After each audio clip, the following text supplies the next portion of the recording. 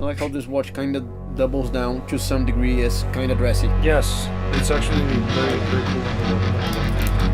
Not dressy, but highlight. It's dressier than Marnito. mine. They don't have any fucking white that match with black. I know I haven't. I should wear Yeah, there's probably gonna be a better. Marnito, but it's less. Yeah, this doesn't feel out of place with a more composed album.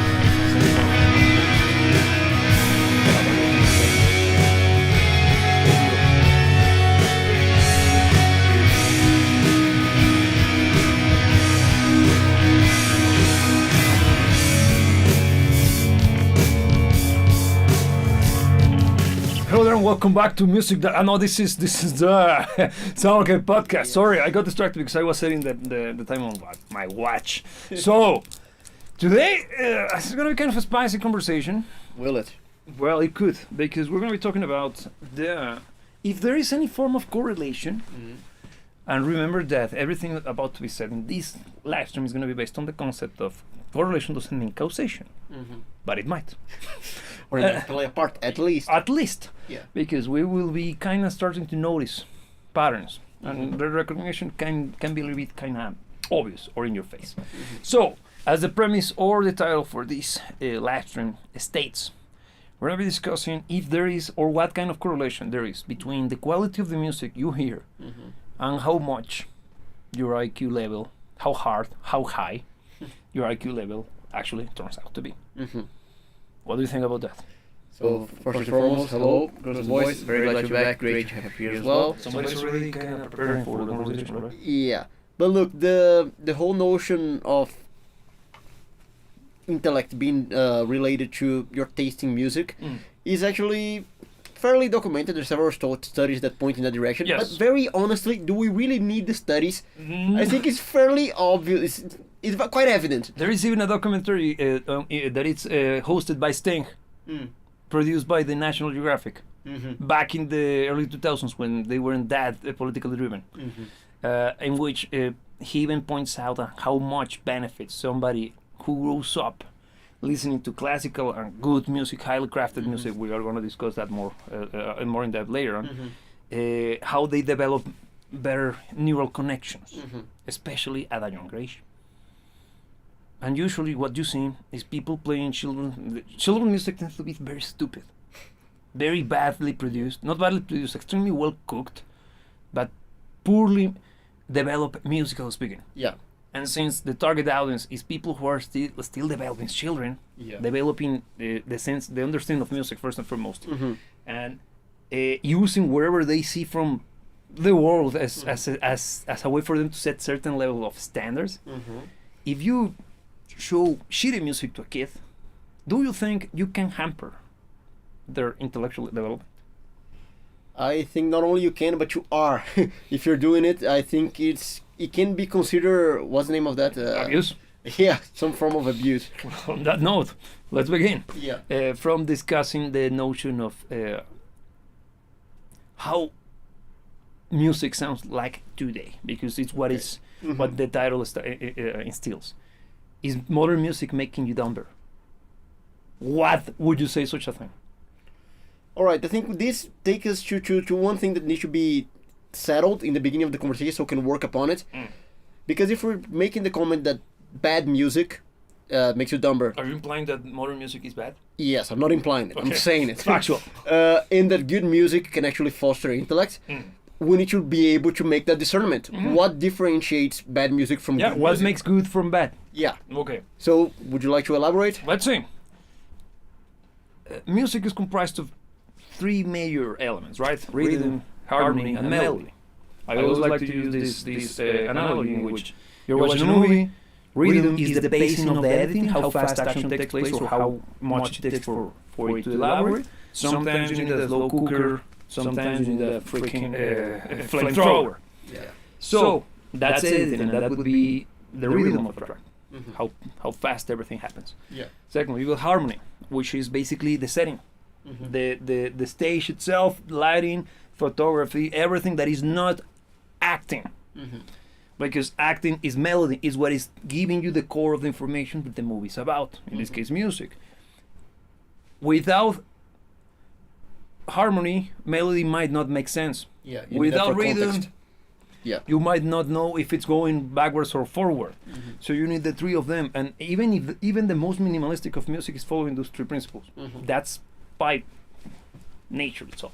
So depending on the quality of the movie, is you will have better or worse acting, better or worse lighting, better or worse editing. So you see that it could be too much, too little, because it's contextual. So if we think of music like that, music should be seen or analyzed or categorized based on how, qualitatively speaking, the content of the music is, how rich it is when it comes to its content and complexity. Because it doesn't have to be super complex music with plenty of tempo changes and stuff for it to be beautiful. It could be very simple, but it's rich in content, in the sense of harmony, beautiful arrangements, or properly crafted melodies that truly translates into something meaningful. But I have a question. Go. But isn't the appreciation of music subjective and individual and personal? It is a matter of taste. Yeah, but beauty is not. Beauty is subjective, because we can clearly see what is beautiful and what is not. And if you want to be one of those subversive communists that will try to tell me, "Oh no, it is not real," okay. Why is everybody in agreement that Sydney Sweeney is hot? Objectively speaking, Because she has characteristics that falls into Yes. what we consider to be hot. only somebody who is spiteful will say that is not. Being frank, you gotta truly have some form of agenda to truly not see. You might not like her, man. Yeah, it might not be your type, but you cannot simply say that she's not pretty, man. Get me?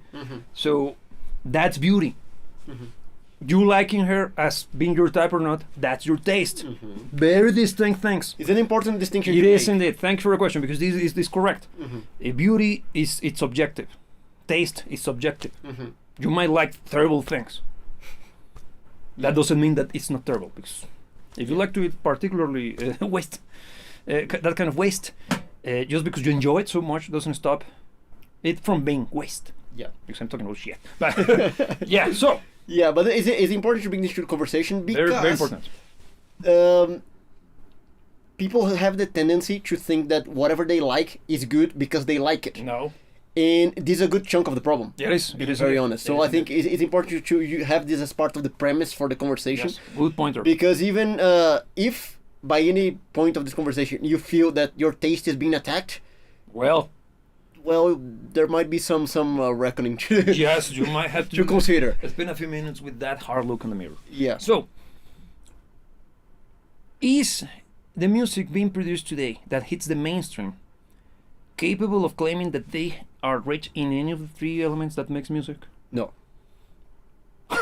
That was fast. No, but Why? Because it is a categorical no. Because you already laid out the groundwork. You already established what are the three moving pieces that make music. So you agree with music. them first and foremost? I agree with them. It's sensical, right? Yes. On the more abstract parts of music, you can try to extrapolate more from each of those three. Yes. But those three are what makes music. They are the building blocks of music. Okay. Now, rhythm is even the simplest of the three. It is the less complex. I Yeah, and I say this from the drummer's perspective. Yes, no, but it's real. Yeah, it's the simplest of the three. Even on that one, there can be richness, there can be variety, course. there can be value to be added to a song. Right now, through rhythm. comes to mind Terry Bossio. Yes. Way too complex. Yes. Insane. But you don't need to go that crazy No. for you to actually add value or add substance to rhythm. Comes to mind Ringo Starr. Yes, actually, I was thinking because we were listening to it, but I was thinking to Toto. What's his name? Yeah, he's awesome. What's his name? I always forget his name. Um, That guy. You know the thing. the Rosanna Shuffle. He's Yeah, you should know. yeah, I know, but it slipped my mind. Is Well, you'll I'll remember soon. You'll remember. Yes. extremely tasteful. The Super music, good. even the entirety of the music by Toto, but now talking more specifically about the rhythm, is usually very subservient to the music. Yeah. The music is not insane music, it's highly crafted music. Super. We're not talking about insane all-time signatures, we're just talking about music that can be enjoyed by anyone. Yeah. And the rhythm is interesting. It's cleverly done. It's dynamic. And it's beautified every so often. For the most part, what's being played is very steady, is very nonchalant. Yes. But you have your moments to show that you understand your role in what you're doing. Fully. You're playing something that beautifies the song whenever the chance is given to you. Now I'm talking about the drummer whose main role is not to shine, but to keep the song going. Yes. And still when he has the chance, he does. Yeah. And that's one of the things that on the rhythm, going very, very pragmatic on rhythm, that makes a rhythm of a song be well crafted. And rich. Rich. Yes. Now, contrasting that with, and I brought Toto into the conversation because Toto was considered to be kind of pop music in the 80s. Yeah. Not pop music, but it was actually popular. Kind of entry, like mainstream. Yes, mainstream. It was mainstream. Yeah, it's mainstream, yes, full on. Now, contrasting to what is considered to be mainstream today, do you see any of this, only in rhythm now? No, good point.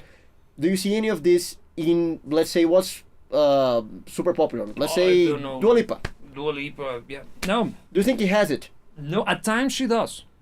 But it's because the nature of the music that she sings to,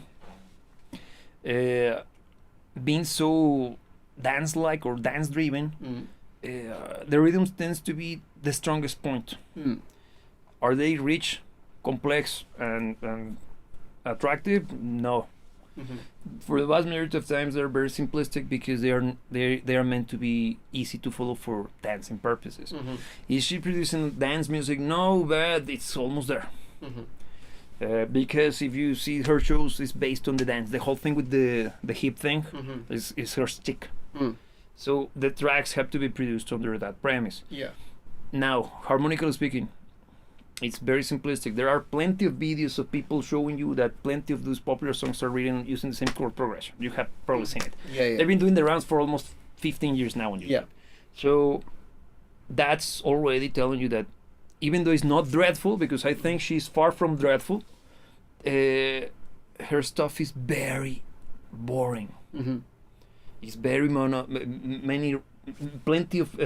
it's very repetitive. It's robotic to a certain degree. You almost feel like it's kind of produced in mass. Because I even went to her because she's on the higher end of what is mainstream music nowadays. Go down with the other stuff, the more ghetto shit. Yeah, because if you wanted to go to punch below the waist, it's just bringing no, not even hip hop. What's the other one? The Nicki Minaj, trap and all of those. The drill and all of that stuff. Yes. Yeah, and see how simplistic they are. Not only in rhythm.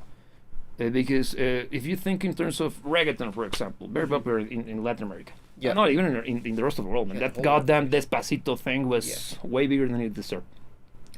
Almost like if it feels like they force it in. But whatever, I digress. The rhythm is always the same. Every reggaeton track has to follow two, ba-two, ba-two, ba-two. There it is. And if you don't trust me, you can do this experiment. This is very fun, especially when you do it with Tool. Just press, click wherever random song, press play, let it roll for a few seconds, then press play on another song, skip, and go straight to the random section, and you're gonna see something magical happening, which is nothing. You're like, what the hell happened here? It's the same song. It's always been the same. It's like the meme. Yeah. So yeah, if you're a Tool fan, well, try it and tell me what happens. But whatever. It happens more often. No, it's almost as often as with Tool. Reggaeton. But besides that, or alas, the content of those genres is so slim that, and here's where the IQ thing starts to kick in. It ignites so little, so few of your neurons are excited by the sound of what you're hearing, that you rarely have any form of neuroelectrical reaction. Again, I'm using very, very vague language in this one because first and foremost, I don't have any form of a license to practice medicine or anything. You gotta say it in here. And secondly, it's all based on the stuff that I remember. But don't believe me. Look it up. You're gonna find plenty of what I'm saying to be correct. It has been found that when you listen to much more, the more complex the music you listen to, and you truly pay attention to, the higher the amount of action taking place in your brain is. So imagine what happens when you listen to super devoid of harmonic content, which is very common nowadays in pop music. What is harmonic content, you might be asking? You can do this easy experiment. Listen to anything modern. I don't know, like... I reacted a few months ago to Sabrina Carpenter's track, that super mega blockbuster that was Express, or whatever the name is of the track. Yeah. I liked it. I think it's not a bad song. I actually was like, okay, if this is the future for pop music, well, it's better than Taylor Swift. Then I committed the horrible mistake of actually giving the girl a chance.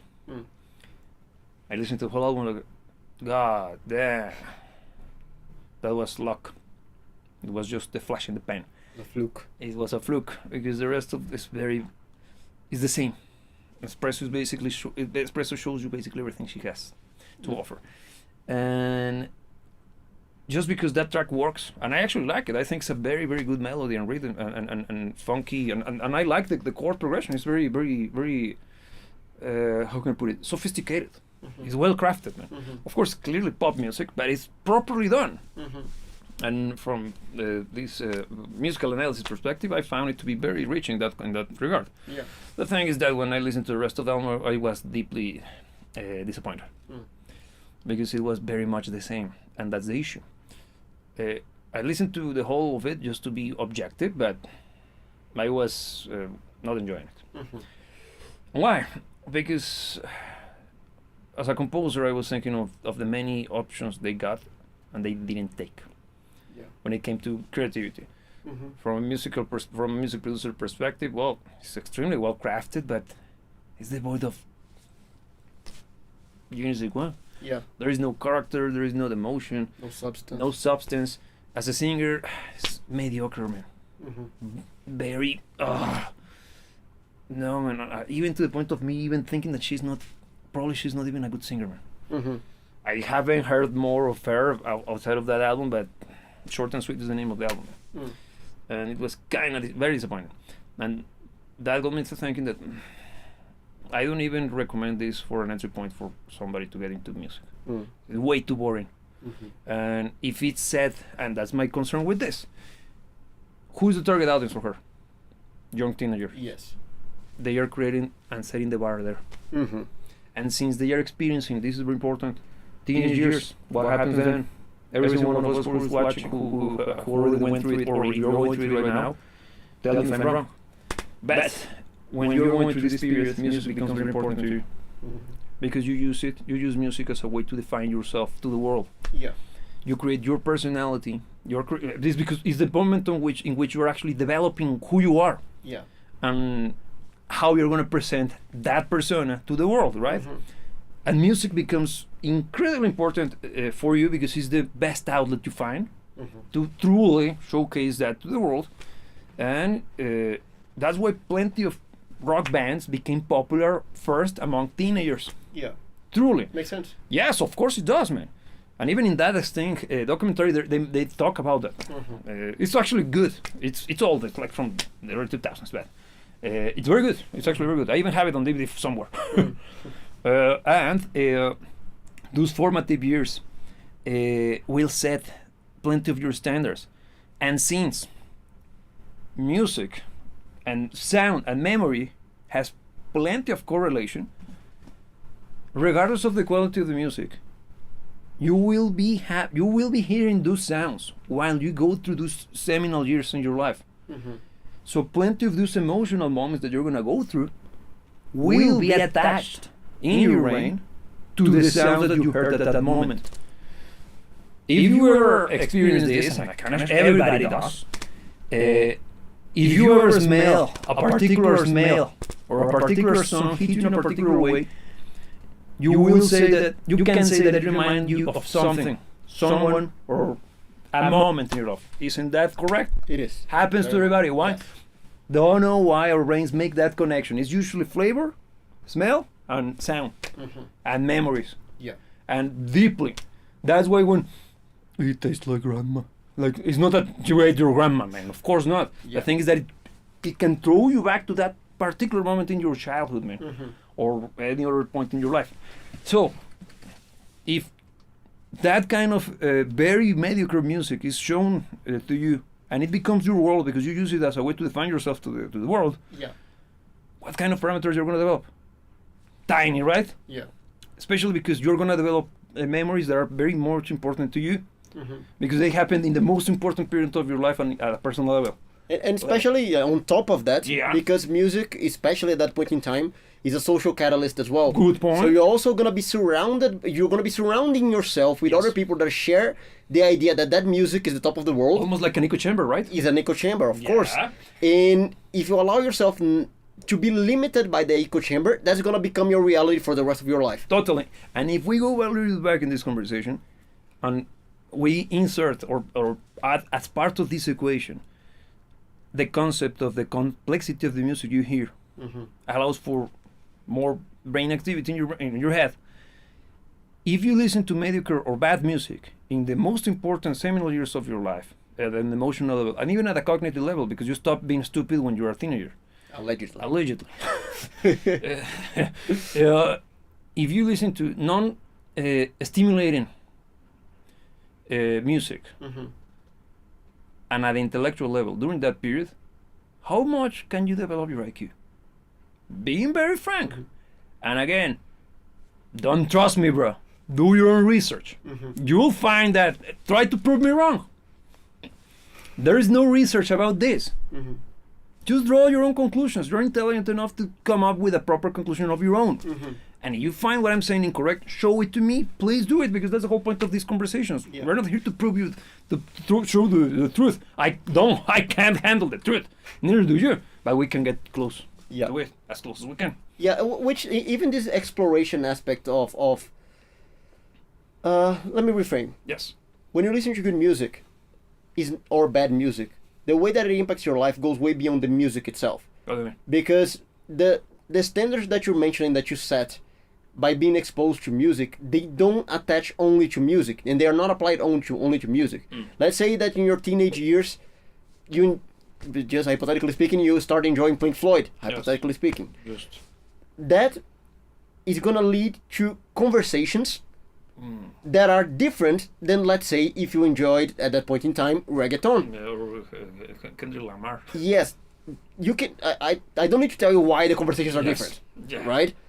And I'm using just this kind of small anecdote to illustrate the point that it is not self-contained in music. No. What you're setting for as a standard is not your taste in music, is your aspirations when it comes to everything that you do, because somebody that enjoys highly crafted music would also enjoy a highly crafted conversation. Yeah. Why? Because, well, what he does for entertainment purposes, which is listening to music, it's already highly crafted. Setting the standard for the kind of stuff that he enjoy to experience to be of a higher echelon. Yeah. That's why it makes total sense. It's not that the guy is more intelligent at that point. The thing is that the bar is already higher. Yeah, and it's pushing him in a different direction. Pushing him, because the thing is that it's challenging you. The reason why, and this is my own guesstimate, the reason why your brain gets more stimulated when listening to very highly crafted music is because it's challenging. You truly gotta put an effort into truly discerning what's going on, man. Yeah. And that demands more of you. Yeah, it demands from you, man. Yeah. And it's very important for someone who, whatever. For example, this whole notion of classical music being great for studying purposes, it's the worst thing you could do. I find that offensive, being very frank. Why? Because classical music is far from being relaxing. It's far from being just background noise. It's the anti-background noise. Yes. It's extremely intricate. It's super detailed. It has plenty of dynamics. It's extremely intense, emotionally speaking. It's the least relaxing thing in the world. Yeah. It's more intense than the loudest freaking metal you can find. The thing is that somewhere along the lines of the early 90s, they turned this whole notion of classical music as being boring. You know what I think, now that you brought the whole classical music conundrum into this conversation, I feel that there was a distortion that happened along the way. Because I think it comes from an actually accurate premise, which is classical music is good for your brains. Okay. And I think along those lines, a deviation began that actually pushed the use of classical music in a wrong direction. Because listening to classical music is actually positive. It fosters your intellectual capabilities because of the layering of the music, the highly crafted nature of it, all that we already exposed.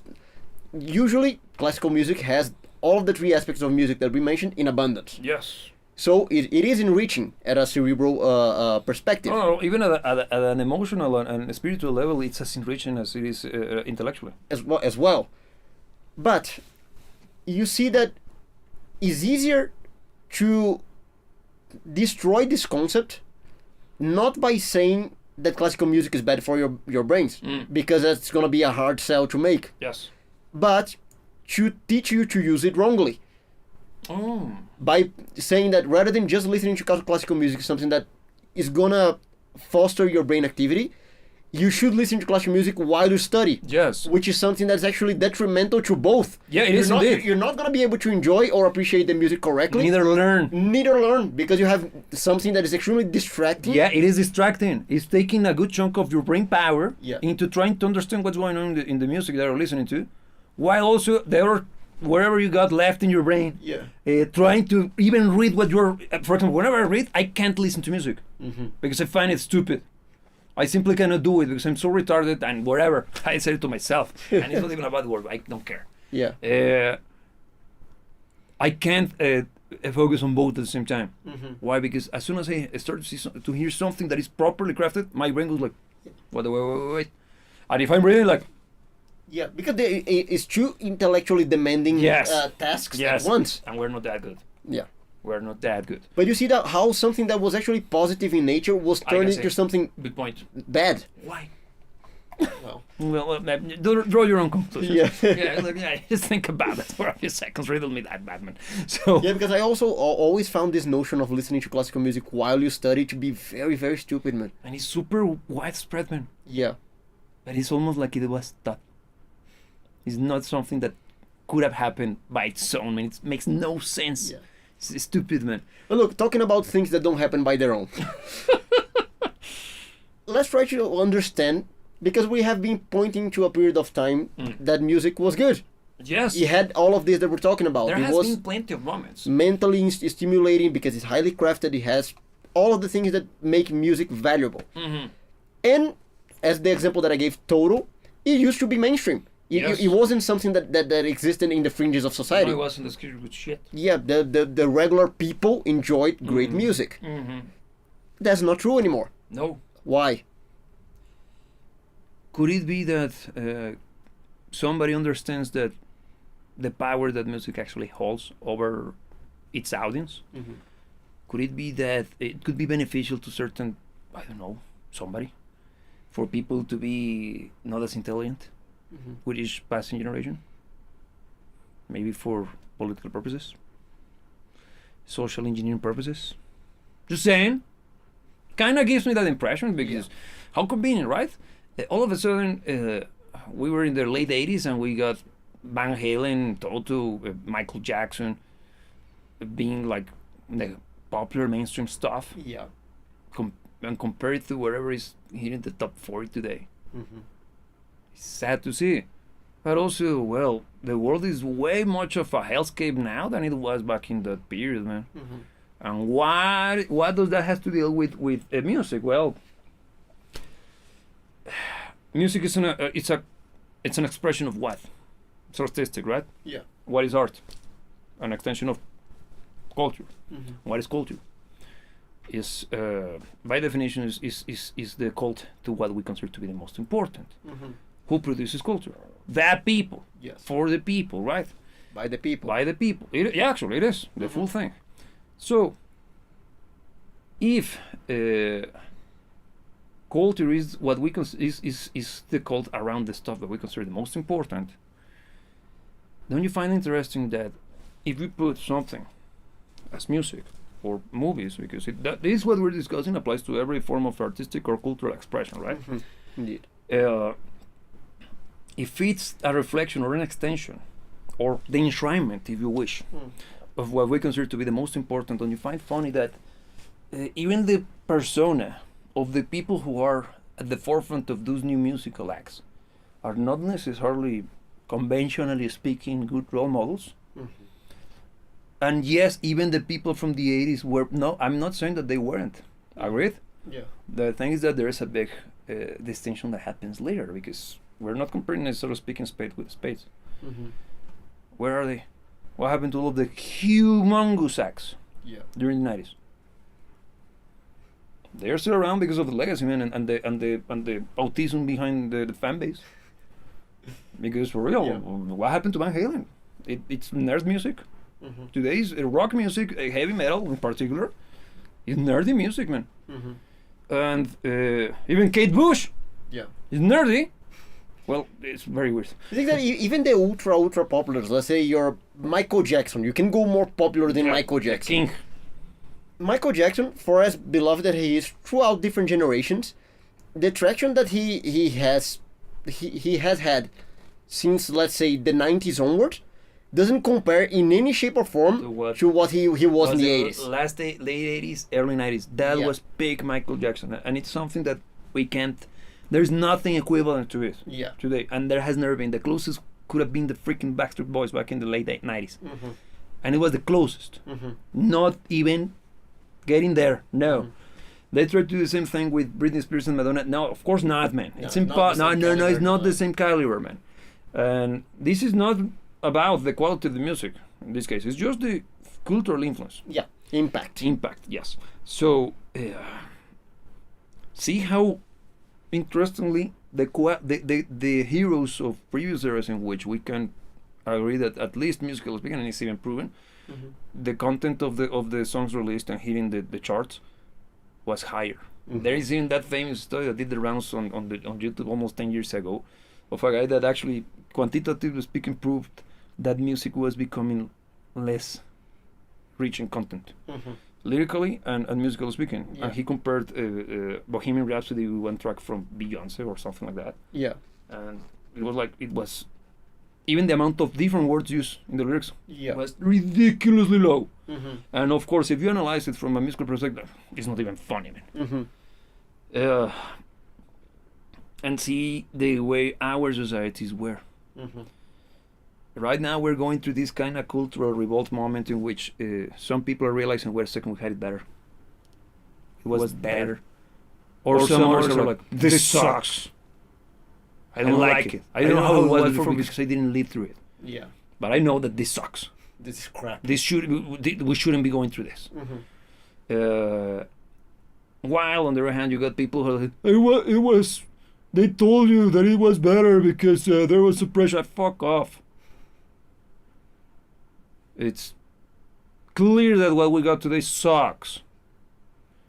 And it's not that people are you telling me that there's a huge conspiracy behind the notion of the 50s, the 60s, even the 60s, man? Even the 70s, with all of the turmoil, politically speaking and economically speaking, were better than this. Are you telling me that there's a huge conspiracy in which they spent decades convincing the entire world, the entire freaking world, that we had it better before? Really? And I'm the not job? The tinfoil hat. Yeah, I am that guy? Yeah. Fuck off. Makes no, man, it's ridiculous. We can clearly see the difference. It's not member berries. No.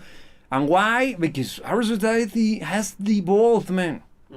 We can see how our music has become way less intellectually driven. It's dumber by the freaking decade.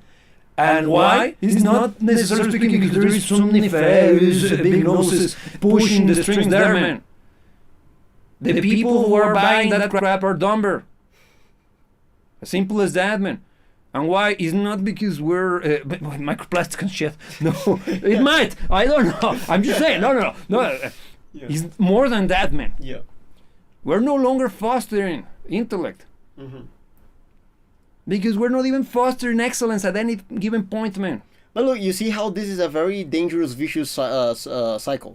Because music can foster intellect. Yes. Music can be inspiring. And that can, if you go through the trouble of either producing good music or consuming good music, you can actually put an end to that cycle that pushes you to be worse and worse and worse. Yes. Because if you consume good music, that's going to inspire you to elevate your standards, which can kind of feed the machine that is going to allow for better music to be created, because there will be more people willing to consume good music. Yeah.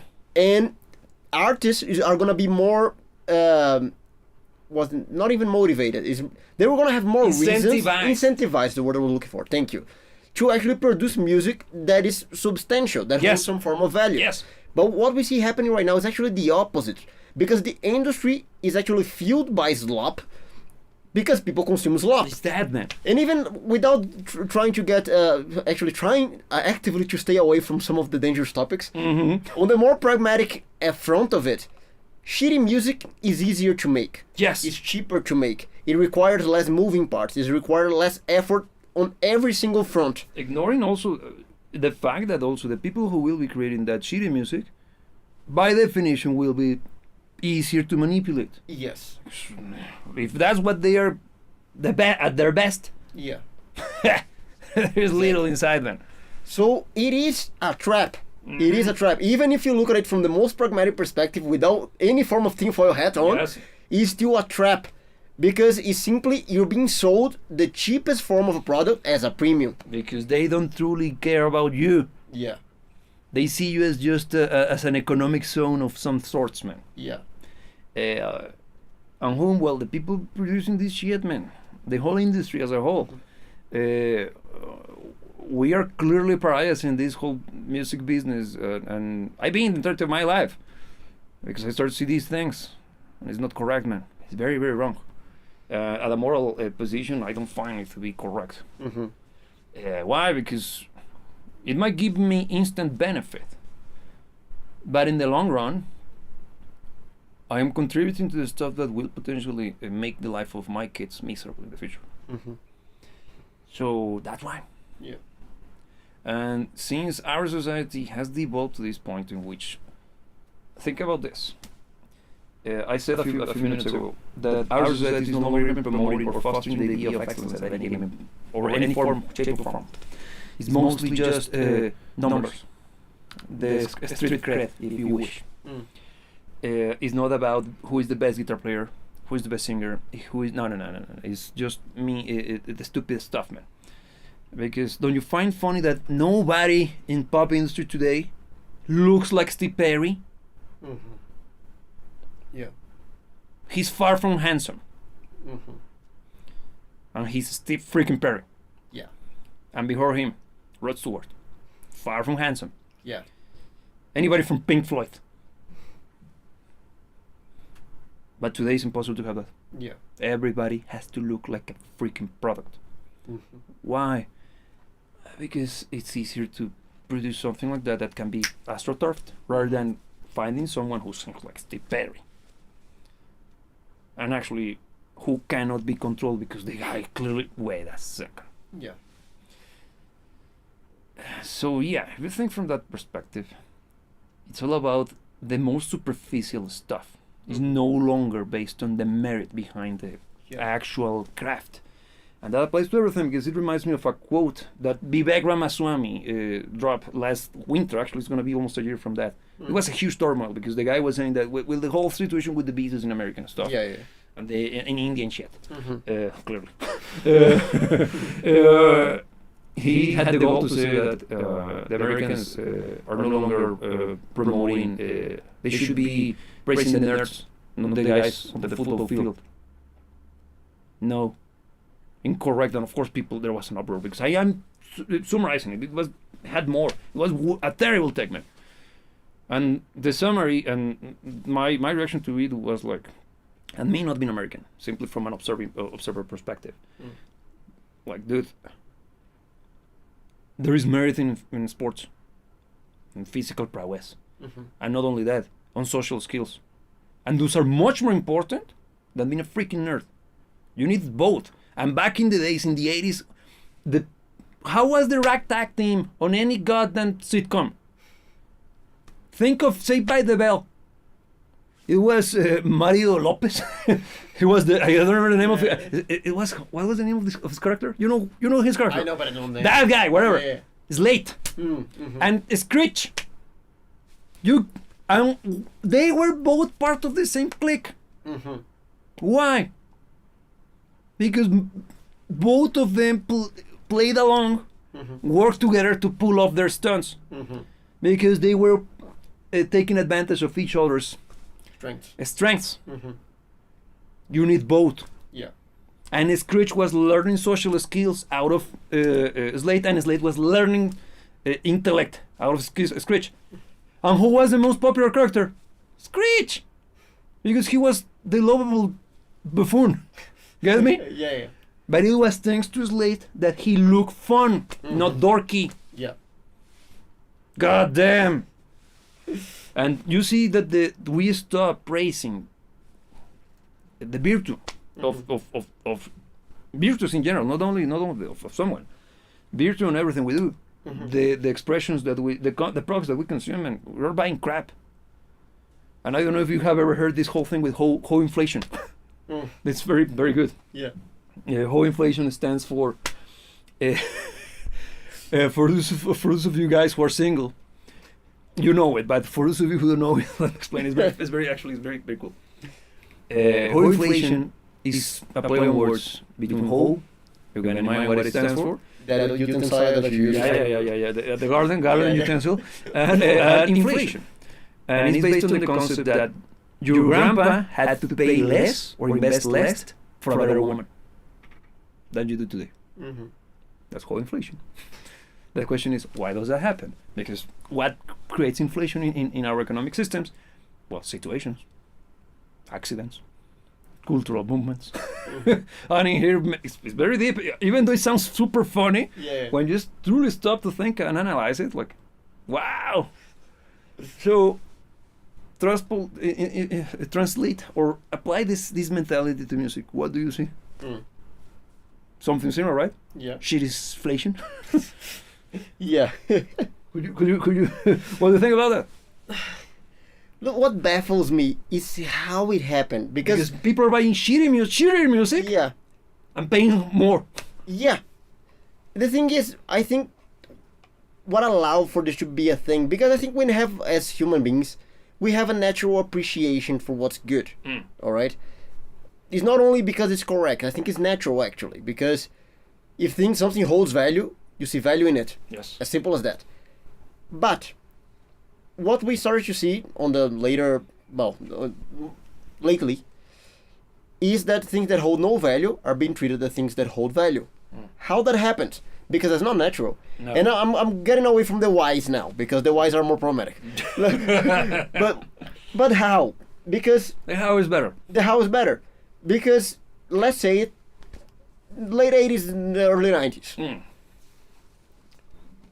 We already established that the mainstream consumption of music consumed better music. Stuff that was good. That began to change around that point in time. Yeah, it did. Something happened. And what? we already established that it's not something necessarily natural. Because naturally speaking, we have the tendency to look for the best. Because that's actually part of the human nature that took us to the moon, allegedly. Allegedly. It's survival. Yes. And development. Yes. So, how? Because even if we say that we were pushed, how did we manage to be pushed to do something that is unnatural to us? By stopping defending the fort. We as a human collective started to rest on our laurels. We took everything for granted, because at the same time, I think it's Fukushima, one of those guys, I don't remember. It's this Japanese guy who came up with the idea of the end of history. It was, if you don't know what that is, I'm gonna super butcher the whole concept, but it's something along the lines of this. Well, it's this, but I'm gonna say it in the worst terrible and possible way. The end of history was based in the concept that thanks to the total after the fall of the wall, Berlin Wall, and the collapse of the Soviet Union in the early 90s, liberal democracies of the world established themselves as the monoculture. And from there onwards, culture will be just simply progressing to environment rather than clashes, because everybody was finally in accord with the same concept. Hence the end of history. How wrong he was. So Yeah. I find it quite interesting that everything that we're discussing kind of takes us back to that particular point, the early 90s, in which we started to see this decline and the development of a quasi monoculture, which is kind of weird, almost orchestrated. It makes you wonder, right? But besides the conspiratorial aspect of this, I think it happened because thanks to this notion of the end of history and having it great by the end of the 80s in a good chunk of hashtag, not all I know. But as a whole, economically speaking, there was a little bit more stability, or at least chances for upward mobility in an economic perspective was higher than. Well, just ask any Zoomer you know if they aspire to buy a house in their lifetime. And you don't have to ask a Zoomer, even millennials. Ask them. And you'll see their reaction. And ask your dad. Ask your uncle, who probably he's already working on paying the last part of his loan for the third property he owns. There's a big difference. And you may say, man, I have more qualifications than my uncle. Uncle Tom. And I won't be able to buy a house, and he has 3. Why? Different times, kid. The situation was completely different. The economical aspirations were very different. So, then you find it funny that even the way that the kind of entertainment we produce kind of went to the toilet. Yeah, indeed. During that particular point, you got your ups and downs, of course, and hashtag not all, because musically speaking, we got plenty of great development of, particularly in metal, during the 90s and early 2000s. Yeah. But did it ever hit mainstream? No. Not in the same way that the great stuff from No, the 80s did. they never reached a point similar to, or even close to Iron Maiden, to Judas Priest in their heyday, let alone Metallica. So, for as much as metal developed quite a lot during the 90s and early 2000s, it became super niche. It truly went to the caves, man. And only the nerds started to listen to it, because you don't need to be a nerd is not a geek, okay? Or a dork. A nerd is somebody who's extremely passionate about something. And you can be a nerd about football. There are plenty of those. We call them Coach Potatoes. But all jokes aside, no, you can be a nerd about everything, because it's passion in the end, and it's properly driven passion. You truly care for something. And when it comes to rock music, usually, regardless of at what point you get into music, into rock music, you will end up looking for the good obscure shit, and you will discover the good stuff from the metal thing. You have to like every genre of metal. I don't like every genre of metal, but I know for a fact that it's super niche. If rock is dead, this is necromancy. And no, at points I think there were moments in which metal was more popular than rock. Just think how bad rock was. Just saying. I was gonna know the world, man. Yeah, man. But do you see my point, right? Yeah. So, in a summary, look, can you agree with the proposition at the beginning of this podcast? That listening to shitty music is making you dumber. Yes. But let's rephrase it. Let's play this little game. Is it that music is making you dumber, or is it that you are becoming dumber, therefore music is stupid? It's kind of who came first, the chicken or the egg kind of deal. Yeah. But if I need to pick an answer, I probably say that music got bad first. Not, of course, one thing pushes the other, but I think bad music and good music has always been a thing. First and foremost, I think it's important to state that even though we are defending, let's say, the periods 80s backwards, it's not because there wasn't bad music at that point in time. It's just that bad music appealed to a lesser part of the population, while good music appealed to most. Because And it was fashionable. And that was the balance that changed. That nowadays we have good music, even though most of what is seen around is bad. Good music is still produced. Good music is still created. It makes me think of something very, very, very interesting. This is a little bit of historical trivia that I think is going to blow your head off. Go for it. What do you think about a girl smoking? I don't like it personally. Me neither. Yeah. Did you know that women didn't like the notion of a girl smoking back in the 50s?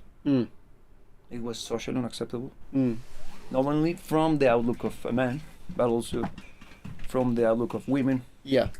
What happened? Marketing. But did you know that there is a particular guy who did it? Who is a very close relative to a particular psychotherapist? Whose name was Sigmund? I can't remember the name of the guy right now. He wrote a book about it. He was behind it. So, I agree with you. I think shitty music happened first. But it was through manipulation, through social pressure, through fear of missing out, that they, you call them how you wish, those guys convince the world that good music is as good as shitty music. Or the opposite, rather. Yeah, the other way around, yes. Do you agree? I agree because... Were you aware of that particular fact? No, I wasn't. No, don't trust me, bro. Look it up. The thing is that we... Because of that's something that innate to us human beings, which is wanting to belong, right? And whatever we see around us very often, yes, we consider to be first normal, and then something that would allow us to be part of a group if we adopted it as well. So exposition, just exposition without any regards for quality, actually play a tremendous role in what you like. Huge. Because once again, we started this conversation with a distinction between liking and quality. Two very different things. Now talking on the side of liking, what you like is perhaps impacted by quality, but is definitely very, very highly impacted by social pressure. Yes, because music, it's not exclusively enjoyed by your own. Sometimes, and the best experiences you will ever have with music are shared. Because one thing is listening to your favorite record by your own in the confines of a proper in your music listening room. Yeah. I hope you have one. And if you don't have one, no problem. Your proper pair of headphones, the ones that you use for the ritualistic moment in which you're gonna truly enjoy goddamn music. There is a charm to it because it's introspective. It's a moment of you being blasted by the beauty of the craft. But does it compare to the experience of being there in a live show with more people having the same emotional reaction? That's why nothing beats a live show. Because it's basically you in silence. It's the same, but sharing it. Yeah. It's incredible. It's beautiful. Unlike having a conversation when you're blasting great music and you're discussing. When we were listening to Total Michael Jackson, we were actually talking on top of, not on top, of course, but analyzing it. Yeah. Because it wasn't casual listening. It was actually analytic listening. Very different. And it's something that I tried to show you how to do it in the other channel we got. So, yes, a solution. Stop being dumb. No.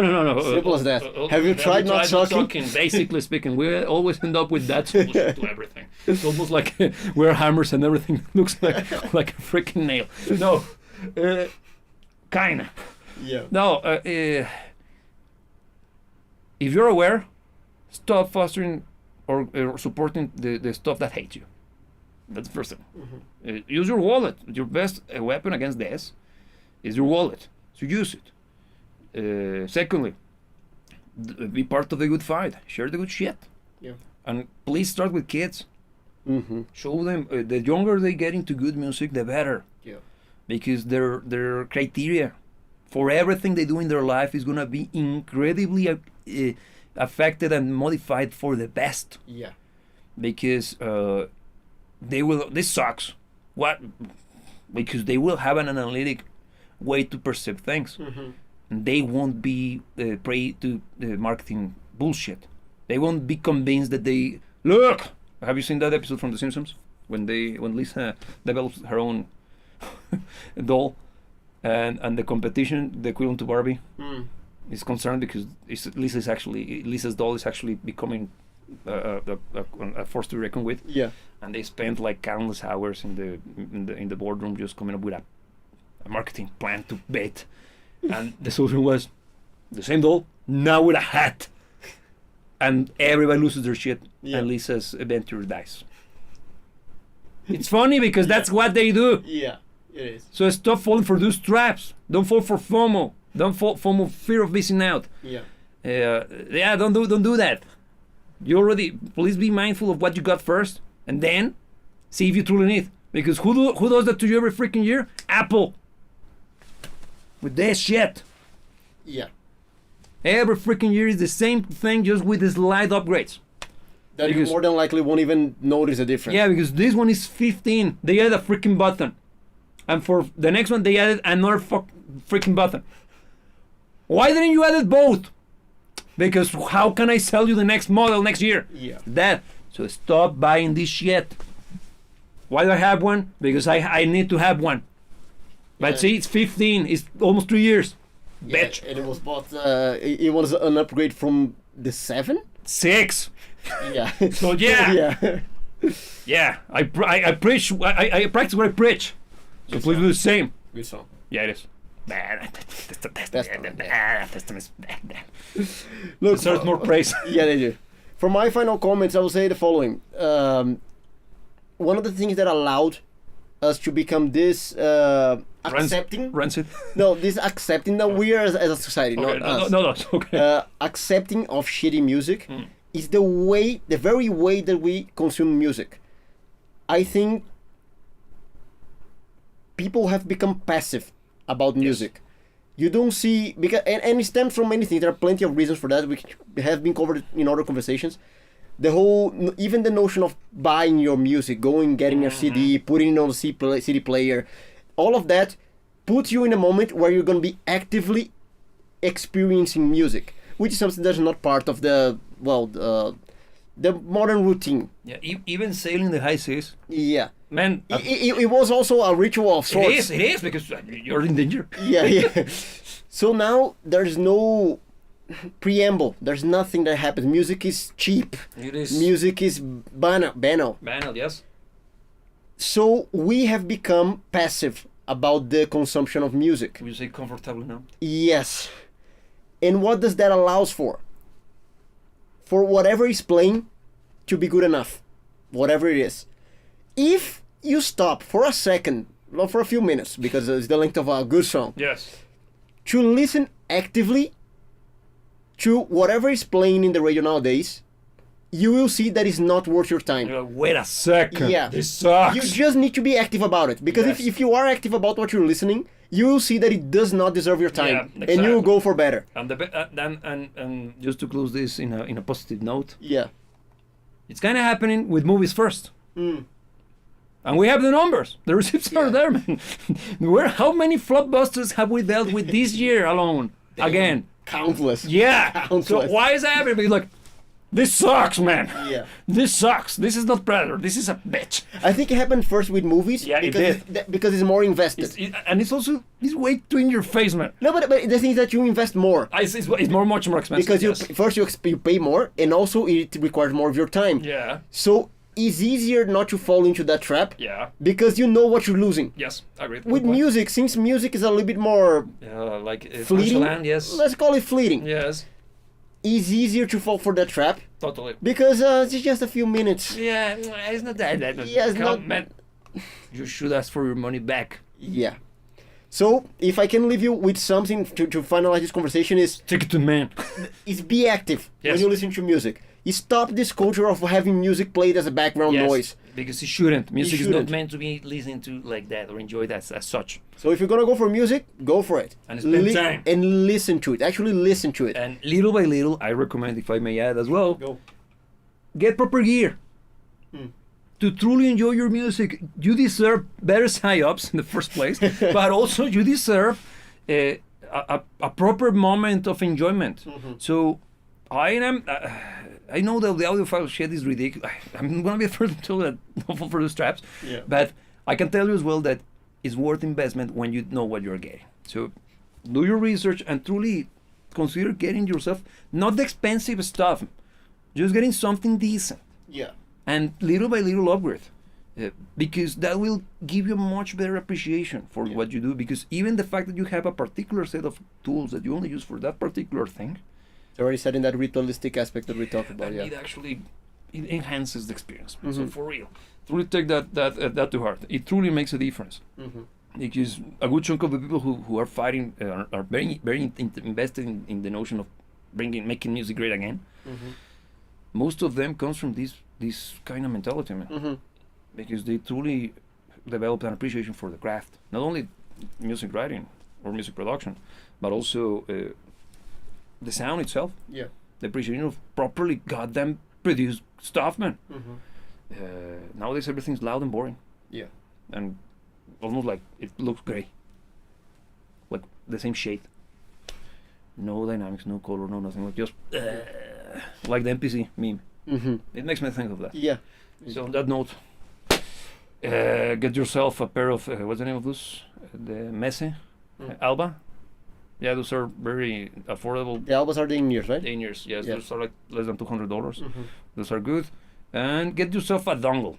I know it looks dorky and stupid, but it improves the quality of the sound of your. And also the best part, high res, and you're not beaming microwaves to your brain through Bluetooth. I'm joking. I don't know. The things that we don't know.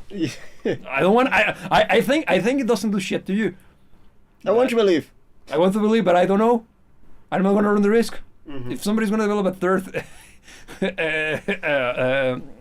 appendages, nipple, it's going to happen on them, not on me. So, no, but all jokes aside, it sounds better, and you're not going to kill the battery of your phone the same way as you do with Bluetooth. So thanks for joining, thanks for watching. Don't eat the yellow snow, and as every single time that we meet you, please like the video. Come on, man. It's been for free. Don't be cheap. And we'll see you when we see you. Okay, somehow we actually pull it off. Yeah, I think the timing is correct. Perfect. Right.